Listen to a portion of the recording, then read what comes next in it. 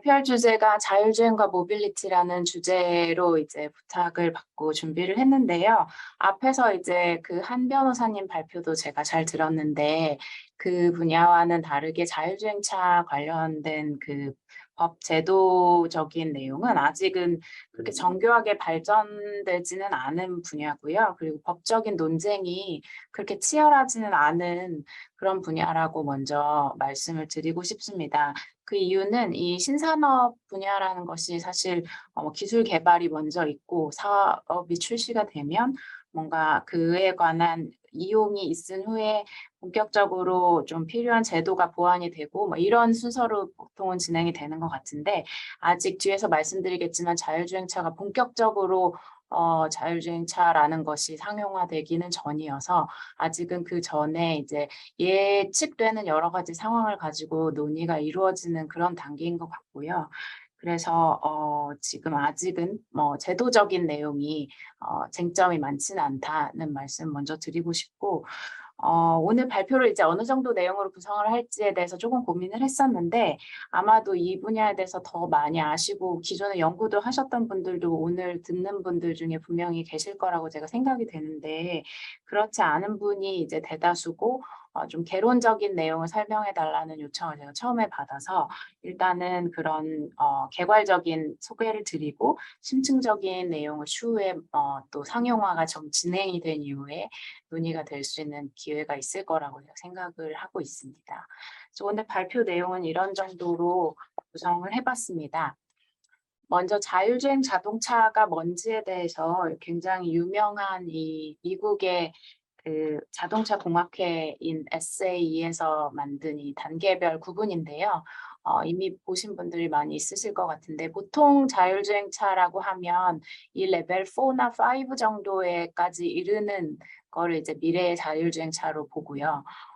레벨 5가 이제 완전 자율주행인데 운전자가 없이 운전 속도 어쩌면 필요 없이 전 구간에서 완전히 자율주행을 할 수 있는 그런 가장 발전된 모습의 자율주행차라고 한다면 그 직전에 이제 레벨 4는 특정 구간에서 운전자 없이 어떤 특정 서비스를 위한 자율주행을 한다는 걸 상정을 해서 그 운전을 할 때 항상 앞 전방을 주시할 의무가 꼭 필요하지는 않은 그런 상태를 말하는 것으로 보입니다.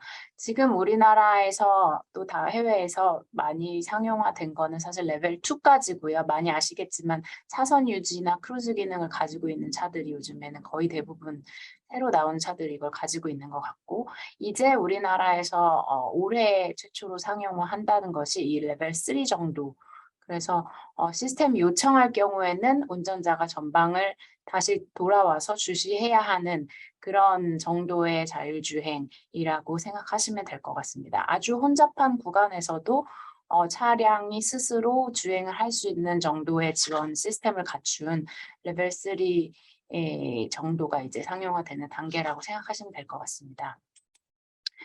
우리 한국 법에서는 자율주행 자동차를 어떻게 정의하고 있냐 하면 자동차 관리법이나 이제 뒤에서 소개드릴 자율주행 자동차법에서 정의를 하고 있는데 운전자 또는 승객의 조작 없이 자동차 스스로 운행이 가능한 자동차라고 이제 아주 조금 단순하게 정의를 하고 있습니다. 앞에서 말씀드린 그 5단계 중에 이 정의에 해당하는 거는 아마도 레벨 5나 4 정도밖에 안 될 것 같고요. 여기서 이제 자율주행 자동차법에서 두 가지로 조금 구분을 하고 있는데 부분과 완전으로 구분을 해서 두 단계로 구분을 하고 있고요. 여기서 완전주 자율주행차가 아마도 앞서 보신 것에서 레벨 5에 해당할 것 같고 부분은 그 이하의 이제 대부분이 여기에 해당할 것 같습니다. 아직은 우리 법상으로는 크게 이 완전 자율과 부분 자율주행을 구분할 실익이 별로 없어서 좀 단순하게 구분을 하고 있고요. 그리고 사실은 이렇게 구분은 되어 있지만 실제로 부분 자율주행과 완전 자율주행을 다르게 규율하고 있는 제도는 또 없습니다. 그래서 아직은 이 정의 부분에 대해서도 앞으로 조금 더 세분화될 여지가 있지 않나 하는 생각이 들고 있습니다. 이 자율주행 자동차법이라는 게 우리나라에 이제 도입된 지 얼마 안 된 법인데요. 조금 소개를 해드리면 원래는 자율주행 자동차에 대해서 자동차 관리법이라는 자동차 운행과 뭐 제작에 관한 일반 그 법에서 자율차의 도로에서 시험적으로 운행할 수 있는 임시 운행 허가에 대해서만 규정을 하고 있었는데 그 다양한 규제나 상용화에 앞서서 여러 가지 시범적인 테스트를 해볼 필요성이나 이런 것들에 대한 제도적인 특례가 좀 필요하다. 이런 필요성에 따라서 자율주행 자동차법이 제정되었고요. 풀 네임은 자율주행 자동차 상용화 촉진 및 지원에 관한 법률입니다. 그러니까 이 법은 목적 자체가 규제법이 아니고 어떤 규제를 완화하기 위한 특례를 부여하는 어떤 촉진법, 지원법이다는 것을 알 수가 있고요. 2019년에 지금 벌써 이제 제정된 지는 한 3년이 넘었는데요. 제정이 됐고 시행된 것은 2020년 5월부터 시행이 됐습니다. 최근에 자율협력주행의 인증관리 체계를 조금 더 강화하는 내용으로 개정이 돼서 그 개정법이 2022년 1월부터 시행이 되고 있습니다. 내용을 간단히 좀 소개를 드리면 가장 중요한 것이 이 자율주행차라는 것이 지금 모든 도로에서 주행이 허용되는 것은 아닙니다. 그래서 국토부 장관이 자율주행 안전구간이라던가 아니면 시범 운행지구를 지정해서 그 안에서만 지금 자율주행차가 다닐 수 있도록 하고 있고요. 이 일본의 자율주행 안전구간으로 지정된 그 도로에서는 도로시설 그리고 자율협력주행 시스템 이런 것들이 그 인프라가 좀 구축이 되어 있어야 하는데요. 통신도 교류가 돼야 되고 하는 그런 인프라 기반이 좀 있어야 되는데 그런 그 자율주행 안전 구간으로 지정된 도로에 우선적으로 그런 인프라를 집중 투자를 해서 그 안전 구간에서는 그 주행에 대한 신뢰도를 확보할 수 있도록 하는 그런 근거를 가지고 있고요.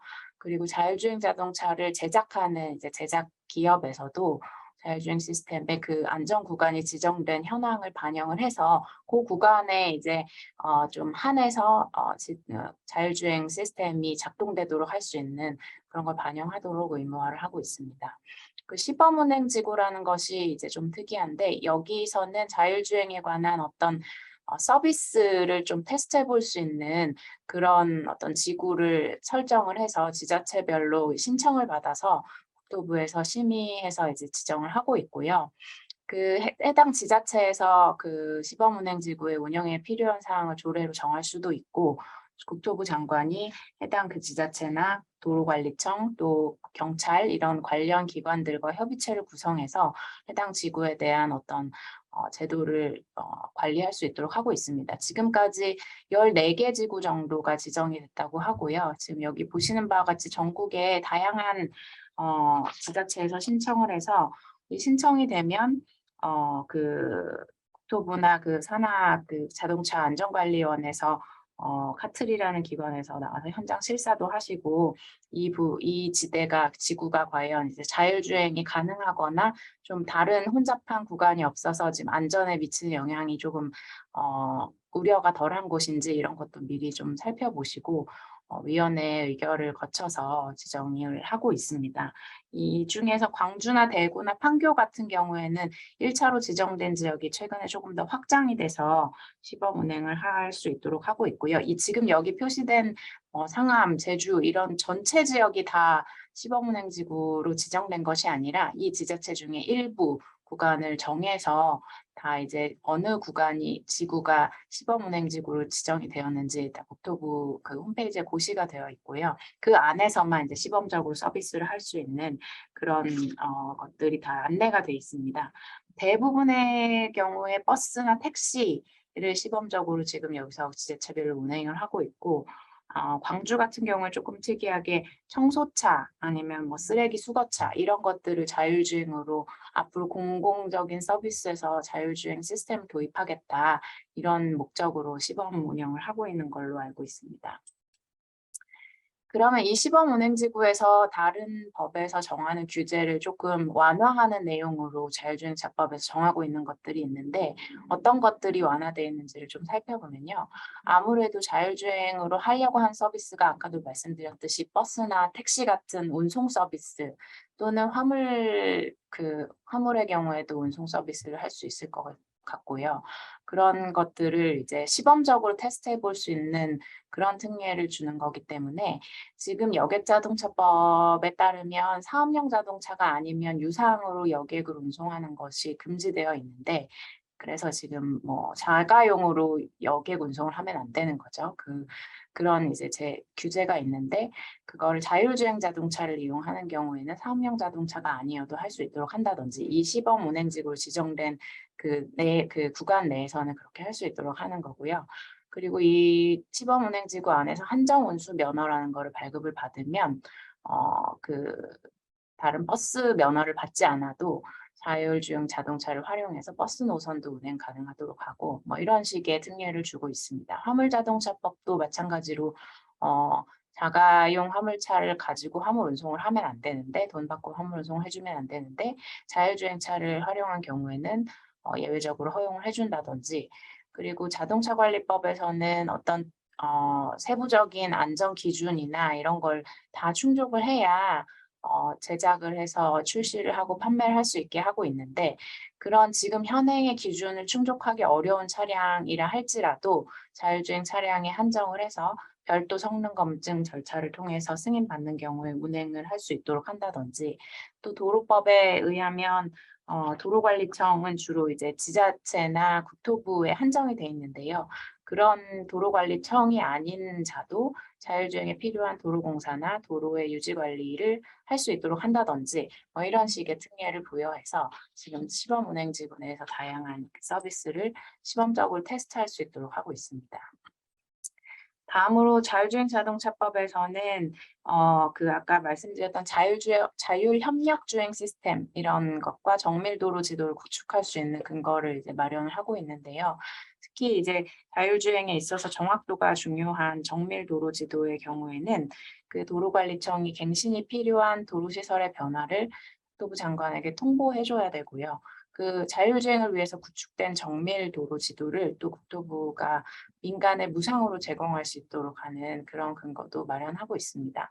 최근에 발표된 국토부 보도자료를 보니까 이 자율주행 디지털 맵을 조금 더 활성화하기 위한 그 맵 포럼이 발족됐다는 그런 논의가 있었는데요. 지금까지는 민간 개발자들과 뭐 이 국토부나 다른 지자체들이 각각 따로따로 이 도로 지도를 이제 만들고 있었는데 그거를 갱신화해서 모으는 이제 작업은 이 자율주행 자동차법에 따라서 연간 한 번 정도만 이제 갱신을 하고 있었는데 이제 앞으로 중단기적으로는 2023년부터는 같이 협력을 해서 데이터를 좀 모아서 한 달에 한 번씩 업데이트를 하도록 한다든지 또 장기적으로는 실시간으로 업데이트를 바로바로 할 수 있게 한다든지 이런 거를 좀 같이 논의를 해보자 이런 목적에서 이 포럼이 발족된 걸로 지금 발표가 되어 있습니다.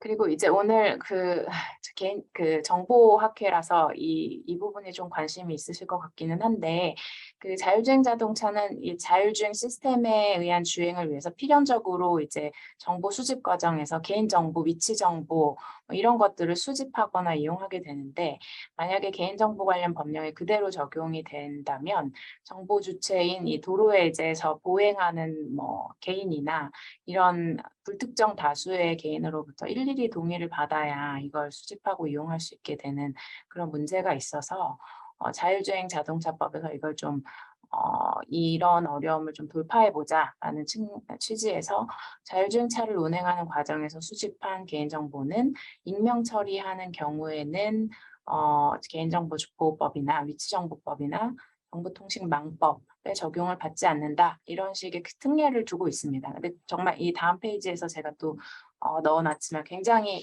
지금 말씀드린 정도의 내용이 전부인 그런 법조항이라서 사실은 이게 실제로 활용이 되는 단계에서는 조금 더 상세한 내용이 규정이 돼야 될 거라는 이제 그 우려의 목소리가 조금 있으시고요.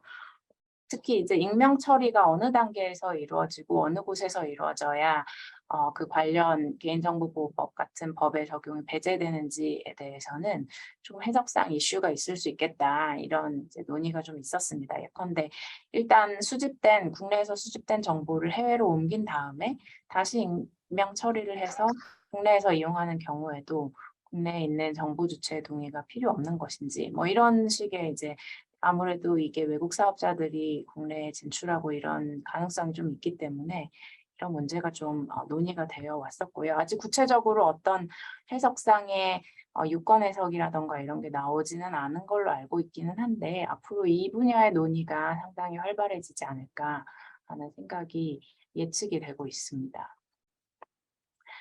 그 법의 내용은 사실은 아직까지는 지금까지 소개해 드린 정도고요.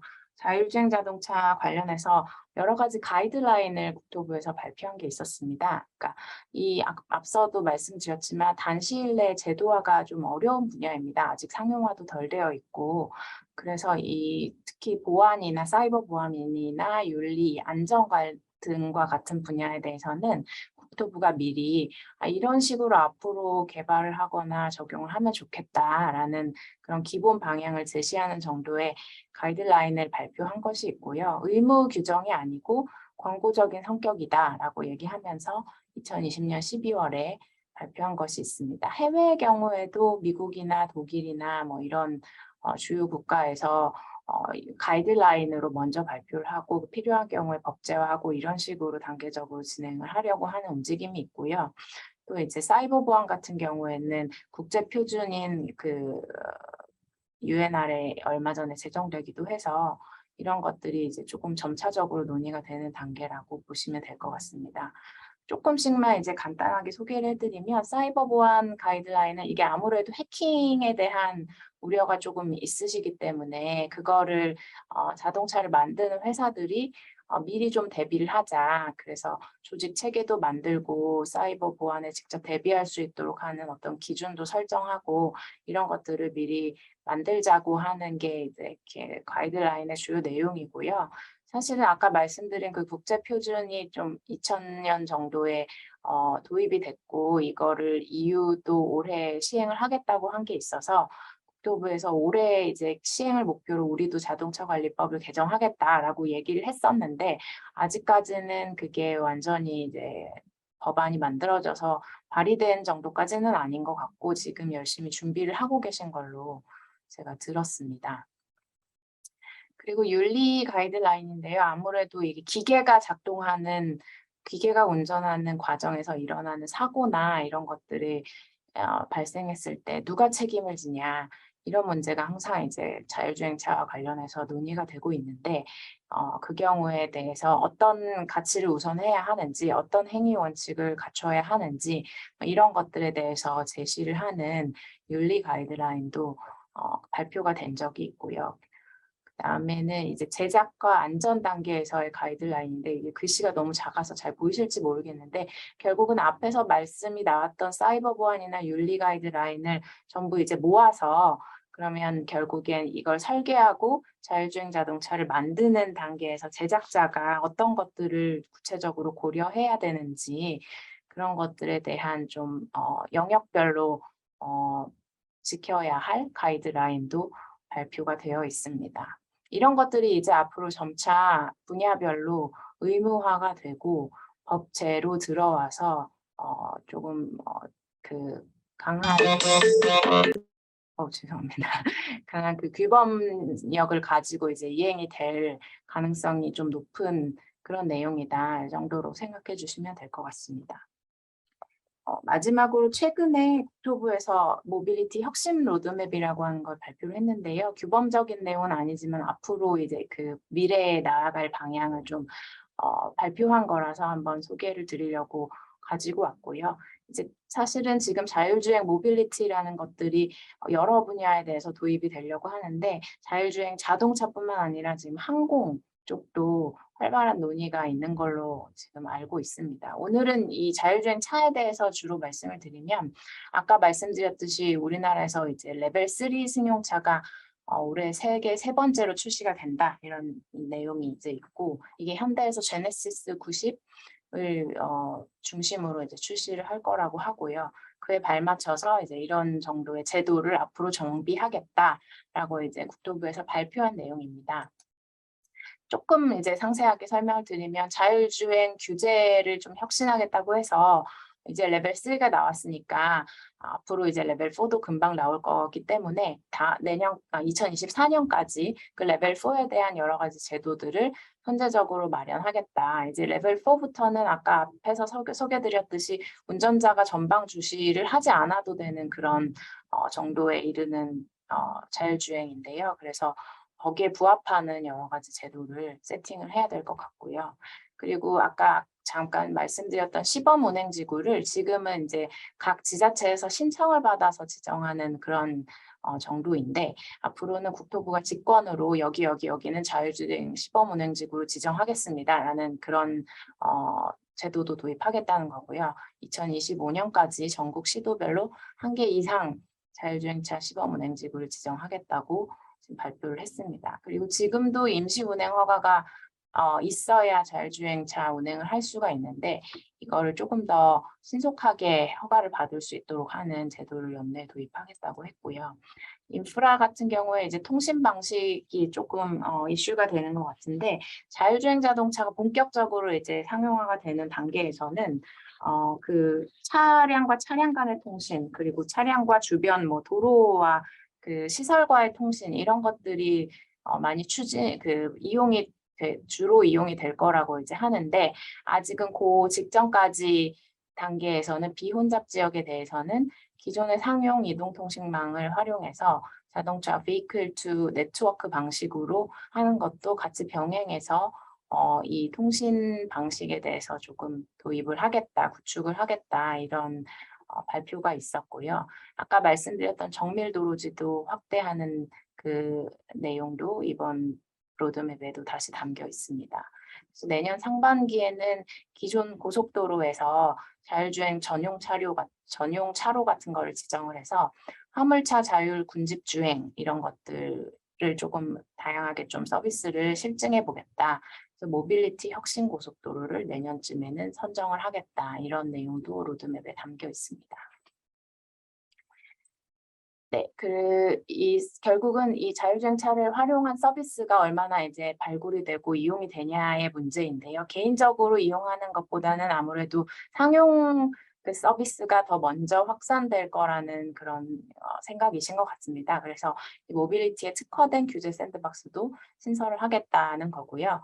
그 모빌리티 관련 데이터 분석과 민간의 제공을 위해서 빅데이터 플랫폼도 만들겠다. 이런 내용이 로드맵에 담겨 있습니다. 네, 제가 오늘 준비한 발표는 이 정도고요. 시간이 조금 지났는데 혹시 질문이 있으시면 질문해 주시면 제가 답변